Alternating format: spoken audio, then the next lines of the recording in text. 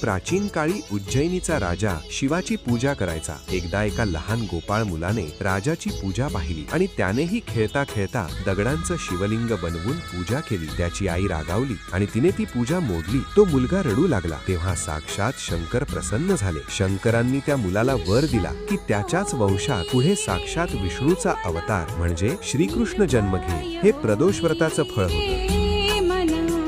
श्रीपादांनी अंबिकेला हेच व्रत करायला सांगितलं. अंबिकेचा मुलगा अजूनही तिथेच उभा होता. श्रीपाद प्रभू त्याच्या जवळ गेले आणि त्यांनी आपला वरद हस्त त्याच्या डोक्यावर ठेवला. क्षणार्धात त्या मुलाच्या डोळ्यात एक वेगळी चमक आली. जो मुलगा नीट बोलू शकत नव्हता तो क्षणात चारी वेद, शास्त्र आणि व्याकरण तोंड पाठ बोलायला लागला. अख्खं कुरवपूर थक्क झालं. त्या मुलाचं अज्ञान जळून गेलं आणि तो एक महान पंडित बनला. जो मुलगा लोकांच्या नजरेत व्यर्थ होता त्याला श्री गुरूंनी एका क्षणात विद्वान केलं. म्हणून लक्षात ठेव, कष्ट